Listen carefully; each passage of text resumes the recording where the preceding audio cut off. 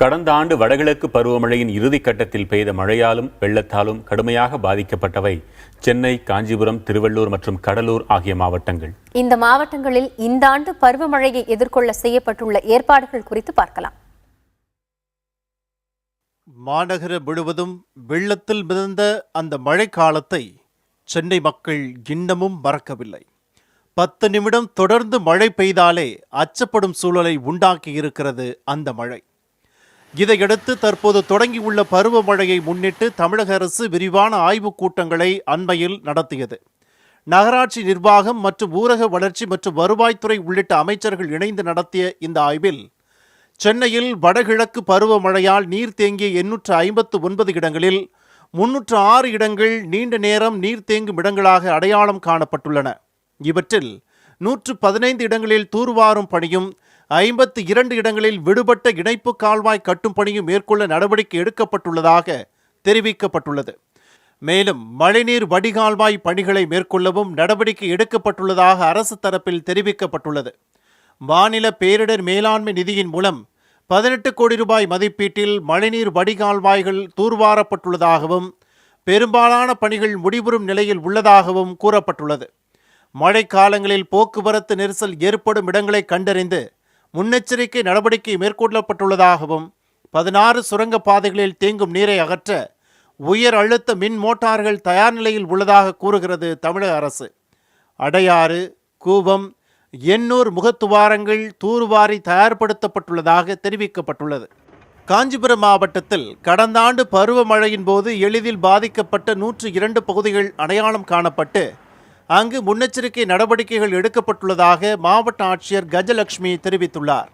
வெள்ளம் பாதிக்கும் வாய்ப்புள்ள 1128 இடங்கள் கண்டறியப்பட்டு 51 மண்டலங்களாக பிரிக்கப்பட்டு ஒவ்வொரு மண்டலத்துக்கும் குழு அமைக்கப்பட்டுள்ளதாகவும் அடையாறு மற்றும் வேகவதி ஆறுகளில் வெள்ள தடுப்பு பணிகள் தீவிரப்படுத்தப்பட்டுள்ளது என்றும் அவர் தெரிவித்துள்ளார்.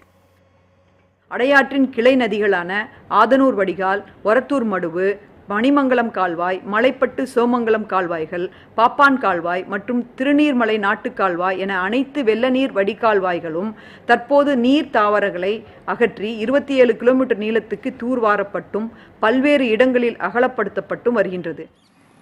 திருவள்ளூர் மாவட்டத்தை பொறுத்தவரை பொதுப்பணி, ஊரக மற்றும் நெடுஞ்சாலைத்துறை மூலம் 40 கோடியே 39 லட்சம் ரூபாய் செலவில் வெள்ள தடுப்பு நடவடிக்கைகள் எடுக்கப்பட்டுள்ளதாக மாவட்ட நிர்வாகம் தெரிவித்துள்ளது. 113 கிலோமீட்டர் நீளத்திற்கு ஆறுகள், நீர்ப்பாசன கால்வாய்கள் தூர்வாரப்பட்டுள்ளதாகவும் மாவட்ட ஆட்சியர் தெரிவித்துள்ளார். திருவள்ளூர் மாவட்டத்தில் பார்த்திங்கன்னா கொசஸ்தலையாறு, ஆரணியாறு, கூவமாறு இந்த 3 ஆறும் இருக்குது. மாவட்டத்தில் பொதுப்பணித்துறையினுடைய ஏரி வந்து 587 இருக்குது.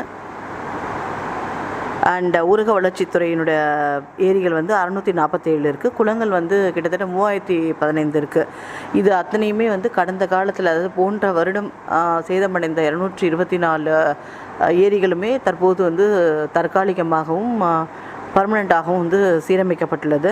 மாவட்டத்தில் மட்டும் கிட்டத்தட்ட 113 கிலோமீட்டர் அளவுக்கு வந்து நீர்வழி பாதைகள் வந்து தூர்வாரப்பட்டுள்ளது. கடலூர் மாவட்டத்தில் 326 கோடி ரூபாய் மதிப்பீட்டில் தூர்வாரும் பணிகள் நடைபெற்று வருகின்றன. மழை வெள்ளம் ஏற்பட்டால் மீட்பு பணிக்கு 50 படகுகள் தயார் நிலையில் உள்ளதாகவும் மக்களை தங்க வைக்க 233 முகாம் தயார் நிலையில் உள்ளதாகவும் மாவட்ட ஆட்சியர் தெரிவித்துள்ளார். 285 ஏரிகள் மற்றும் குளங்கள் வந்து நமது மாவட்டத்திலே தூர்வாரப்பட்டுள்ளது. 1621 கிலோமீட்டர் தூரமுள்ள கால்வாய்கள் வந்து தூர்வாரப்பட்டுள்ளது. 6797 குறுகிய பால பணிகள் எல்லாம் அதனுடைய இதெல்லாத்தையும் அடைப்புகள் எல்லாம் சரி செய்யப்பட்டு உள்ளது. இந்த இதில் வெள்ள முன்னெச்சரிக்கை நடவடிக்கைக்காக 93 கதவணைகள் எல்லாம் நம்ம சீர் செய்திருக்கிறோம்.